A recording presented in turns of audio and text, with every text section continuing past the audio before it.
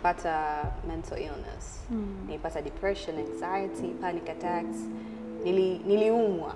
Hatujawahi kuchukulia kwamba mtu anaweza akatukana akawa bullied kwenye level ambayo labda akatoa uhai wake. Katika maisha ya hivi karibuni, mitandao ya kijamii imekuwa sehemu muhimu ya maisha yetu ya kila siku, ikituunganisha na marafiki, familia na jamii inayotuzunguka. Inakadiriwa kuwa kuna watumiaji wa internet bilioni 5.35 duniani kote, sawa na 66% ya watu wote waliopo ulimwenguni.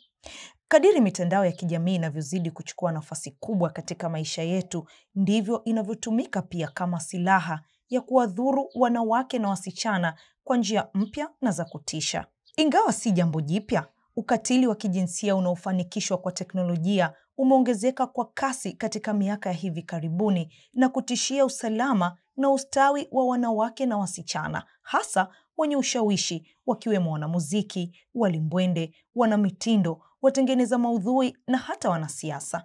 Ripoti ya hali ya ukatili wa kijinsia wa mtandaoni nchini Tanzania iliyotolewa na shirika la Tech and Media Convergence TMC mwaka 2022 inaeleza kuwa mtandao wa Instagram unaongoza kwa 43.3% ya ukatili wa kijinsia uliopitiliza kwa watu mashuhuri, wakiwemo wanawake, ikifuatiwa na Facebook 33.3% na X zamani Twitter kwa 23.3%. Ripoti hiyo inaeleza zaidi kuwa watu mashuhuri wanapitia ukatili zaidi Instagram kwa sababu ndio mtandao wanaotumia zaidi kukutana na wafuasi wao. Wanawake hawa, licha ya kuwa kioo cha jamii, ni miongoni mwa makundi yanayokumbwa na ukatili wa kijinsia mtandaoni, na hivyo kutishia afya yao ya akili na kudidimiza ndoto zao. Rosie! Isn't she a beauty? Rose Manfere, mlimbwende wa Tanzania mwaka 2020, ni miongoni mwao, ambapo mwaka 2021 alijikuta katika msongo mkubwa wa mawazo kutokana na mashambulizi na lugha zisizofaa walizokuwa wanazitoa wafuasi wake, hasa wa Instagram, baada ya kuzuiwa kuiwakilisha Tanzania katika mashindano ya Miss World yaliyofanyika Disemba mwaka huo. Unapost hata picha tu umekaa unakunywa juice, lakini watu wanakuja wanakukumbusha sasa, vipi, kwa nini hiki, kwa nini kile, lakini haikuwa zaidi kunididimiza, ilikuwa kwa sababu watu walikuwa wanataka kujua kinachoendelea. Nini kilitokea, Rose? Imepita miaka mingi, 5 sasa, kuanzia 2020. Sikumbuki vizuri kusema kweli, lakini kulitokea changamoto baada ya kuwa crowned kwa Miss Tanzania, na ikapelekea mimi kutokwenda Miss World. Na kubwa zaidi ilikuwa likizungumzwa ni kutokana na kwamba kuna vitu vya kimkataba, kwamba umebleach mkataba na vitu kama hivyo, yani umeenda kinyume na mkataba. Lakini ilikuwa ni topic nzito sana, kwa sababu unajua tasnia hizi ziko chini ya serikali, ambapo pia kwenye upande wetu sisi BASATA tunaingia pale. Kwa hiyo BASATA ilihusika kwa upande mkubwa sana kwenye kujua nini kinaendelea. Kwa pale kulitokea mtafaruku mkubwa sana baina ya BASATA na organization, kwamba mrembo huyu tunavyoona anatakiwa samehewe aende Miss World. Miss Tanzania organization nasema kwamba hapana, hawezi kwenda, tunataka kumpeleka mtu mwingine. Kwa hiyo kulikuwa kuna mtafaruku mwingi hapo sana. Kupelekea sasa watu kutaka kujua kinachoendelea, na mtandao ukaanza kuongea. Kutokana na umaarufu wake, baadhi ya watumiaji wa mitandao ya kijamii walianza kumfanyia mashambulizi ya maneno yasiyo na staha, na wengine wakimtukana pasipo kujua kilichojificha nyuma ya sakata lake.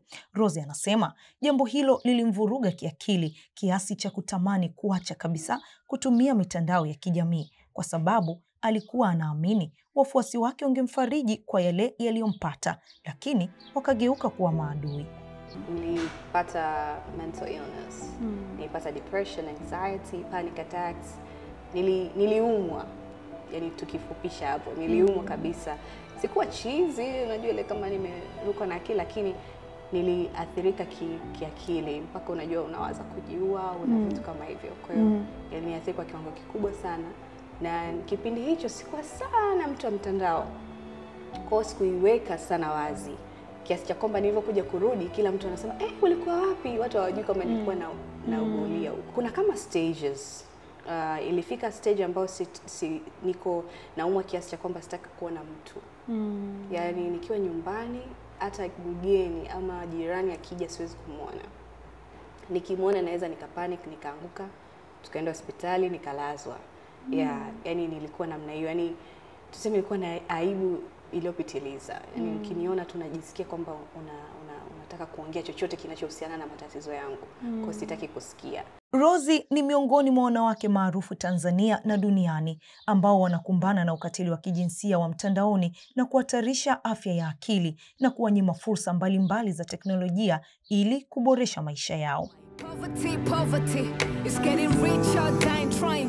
Thamani haipo kwenye utu, watu wanataka maslahi. Mwanamuziki na mwandishi wa habari nchini Tanzania Frida Amani anasema licha ya umaarufu wake mtandaoni anafanyiwa ukatili wa kijinsia, hasa kutukanwa na kudhalilishwa kwa muonekano na kazi yake ya muziki.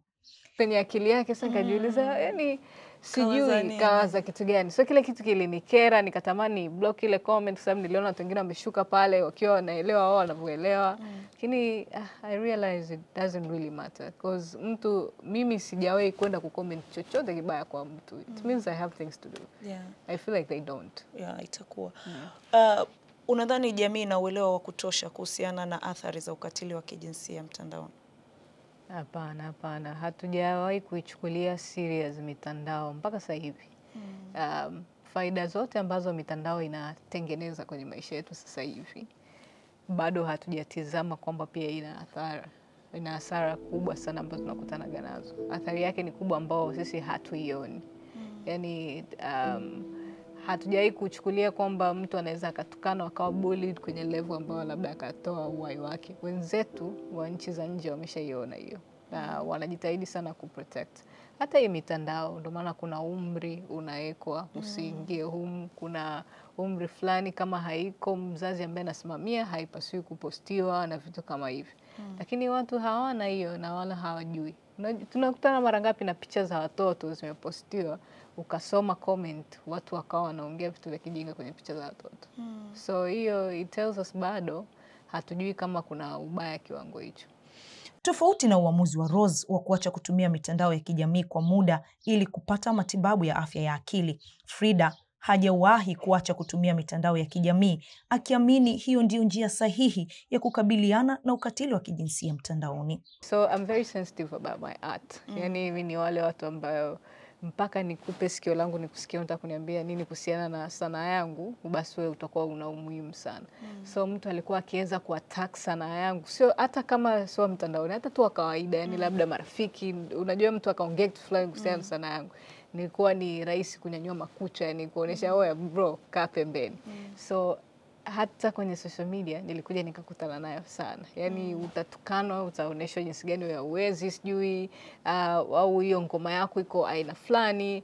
Haya, nikasema okay, it's just songs na nini, nitavumilia. Wakaja kwenye mwili, wakaja kwenye sura, wakaja, yani ni kama wanaingia kila mahali.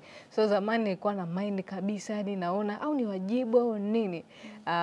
Rafiki yangu mmoja anaitwa Grayson Gideon. Akaniambia, sasa Frida, ukiendelea kumind watu ambao hawakujui kiundani, utawamind mpaka lini? So nikaanza kutengeneza situation ambayo mimi naamini ndio ilibadilisha mtazamo wangu. Yaani ukinitukana hapa sasa hivi, naingia kwenye account yako, nikikuview ulivyo, ndio ambavyo hisia zangu zitaendelea kuchukulia serious au wewe ni wa kawaida. Nikiona ni uko tu wewe utanitukana, utaniambia nini, wewe sio chochote. So hiyo ikanisaidia, lakini bado natukana kwenye mitandao, naweza nisitukane mimi, ikatukana situation ambayo nipo. But we're getting used to it. Inakupa stress? Hainipi sasa hivi kiukweli. Mwanzo nilikuwa inanipa, lakini sasa hivi it doesn't bother me. Yaani wewe utatukana hadi uzimie, mimi nitaendelea na maisha zangu. Because I think haunijui, haujui chochote kinachohusiana na mimi, unanitizama huko unavyonitizama, so I really don't care. Licha ya Tanzania kuwa na sheria ya makosa ya mtandao ya mwaka 2015 inayoshughulikia makosa yote ya mtandaoni ikiwemo ukatili wa kijinsia, bado vitendo hivyo dhidi ya wanawake hasa maarufu na wenye ushawishi vinazidi kushamiri.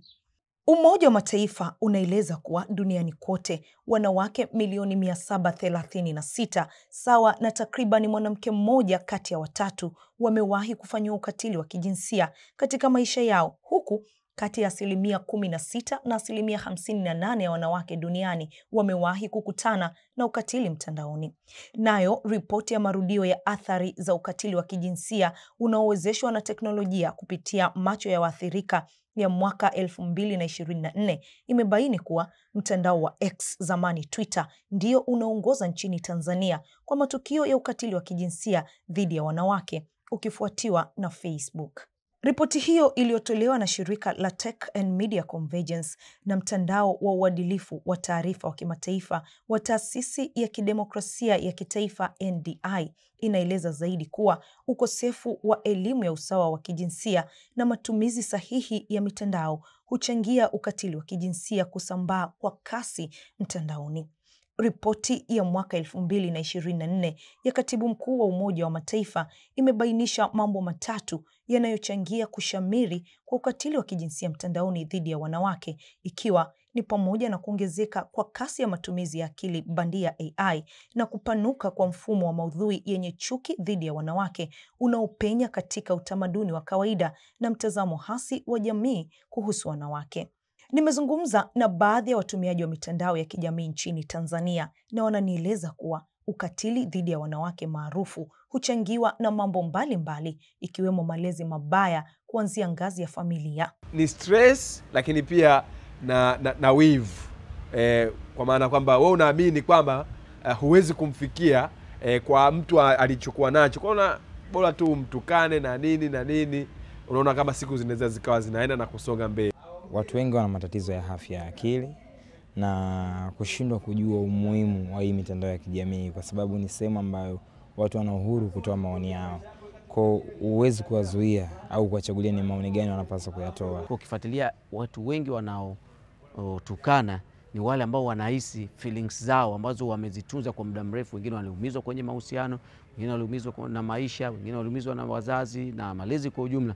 Kwa leo anafikiri aki-express kile anachokiona kwako, anahisi ujumbe wake unakuwa umefika. Ukatili wa kijinsia mtandaoni huchangia athari hasi kwa wanawake bila kujali hali zao. Athari hizo ni pamoja na mkazo, msongo wa mawazo, kujiona hawafai na magonjwa sugu mwilini, kama anavyoeleza Dominica Goliath, mtaalamu wa kujitegemea wa saikolojia nchini Tanzania. Hapana. Yani unaweza kusema nimezoea. Lakini sio kweli kwamba nimezoea, mimi sijali. Hapana. Sisi siku hizi tunachukua kila kitu. Yani mtu anasema wewe unaimba vizuri. Mtu ambaye wewe hujui, nimefurahi sana kusikia hivyo. Maana yake unachukua kila kitu kutoka watu ambao labda wewe huwajui. Si ndio? Tusiseme nimezoea. Yani ni lazima tufanye kazi ndani. Kwa sababu tukianza kusema nimezoea, yani hata husemi nimeumiza kabisa, hii imeniumiza. Yani kila kitu kinakaa ndani yako, si ndio? Ya nje unaonyesha uso mwingine. Mimi niko wapi kabisa. Alafu unakuja nyumbani, unaangalia simu. Yani mimi kwa kweli naimba vizuri. Mimi kwa kweli napendeza. Sidani. Ndio hii maswala yanakaa ndani yako. Alafu unaanza kusikia vibaya na siku moja utashangaa, utajifunga. Umenielewa? Yani utakuwa down, labda utapata depression, utapata anxiety. Umenielewa? Ndio tusitukane nao, lakini tusifunge subject kama mimi sijali, kwa sababu sisi ni binadamu. Athari hizo huenda mbali zaidi, ikiwemo kuwapunguzia wanawake kasi ya kutimiza ndoto zao na kufaidika na fursa mbalimbali za majukwaa ya kidigitali. Wadau wa masuala ya teknolojia ya mawasiliano na jinsia wanapendekeza njia mbalimbali ya kuwalinda wanawake maarufu dhidi ya ukatili wa kijinsia mtandaoni, ikiwemo kuwafungia milango ama kwa jina jingine kuwa block vinara wa vitendo hivyo viovu, kama anavyoeleza hapa Frida Amani, mwanamuziki anaitamba na kibao cha Amani. Nilikuwa hata sasa hivi kuna comments ama mtu atatukana nitamblock. Na ninamblock ili mimi nisiendelee kukaa kwenye hiyo dunia yake. Wakati Frida akishauri kuendelea kutumia mitandao ya kijamii, mtaalamu wa saikolojia Dominika Goliati anasema wanawake maarufu wajitahidi kupotezea au kutochukulia kwa uzito maoni hasi ya wafuasi wao, huku wakiweka kipaumbele kujipenda na kujithamini. Unaweza kujibu, lakini usiingie kwenye mtukano, kwa sababu pale kuna energy na energy ni chini.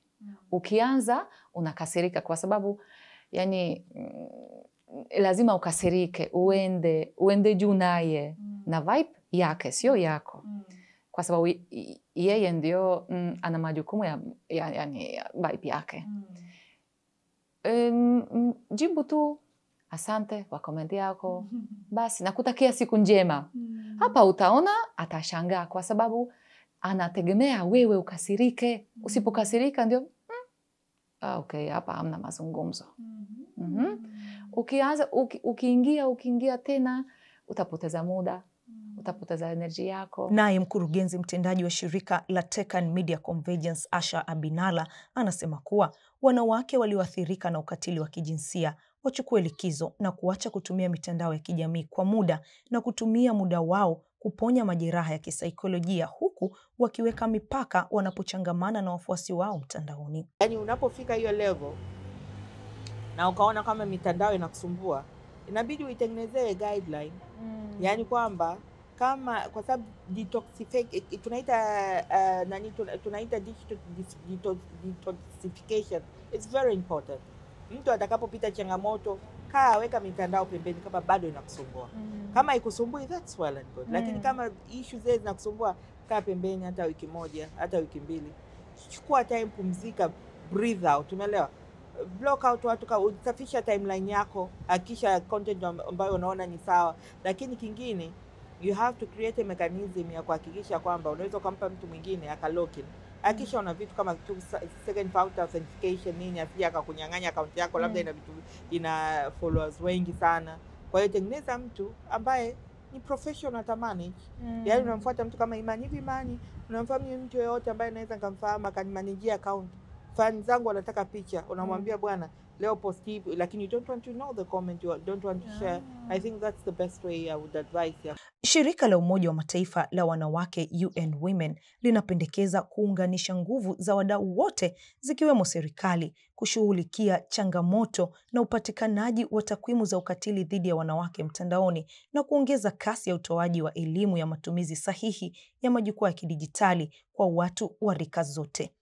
Waziri wa Maendeleo ya Jamii, Jinsia, Wanawake na Wenye Mahitaji Maalumu, Dr. Dorothy Gwajima, anasema serikali inaendelea kuchukua hatua mbalimbali kukomesha ukatili wa kijinsia dhidi ya wanawake, ikiwemo kutoa elimu ya afya ya akili kwa waathirika na kuwawezesha wanawake kiuchumi. Lakini watapata semina ya afya ya akili na saikolojia kwa ujumla, kwa sababu mambo haya ya kujiimarisha kiuchumi yanahitaji pia uwe na saikolojia njema na afya njema na utulivu. Mara nyingi katika safari ya kujiimarisha kiuchumi inaibuka migogoro na ukatili wa kijinsia. Baba anaongea lake, mama anaongea lake. Majukwaa haya ya uwezeshaji wanawake kiuchumi, ndio maana tumesema na wanaume wako. Ndio maana na sera imesema hivi, imechukuliwa na wanaume waingie kwenye mikakati ya sera. Yote haya ni kuya address au kuyaangazia yale mambo mengine ambayo hayasaundi kiuchumi sana moja kwa moja, lakini yana mfuatano na kuwezesha au kuondosha uchumi.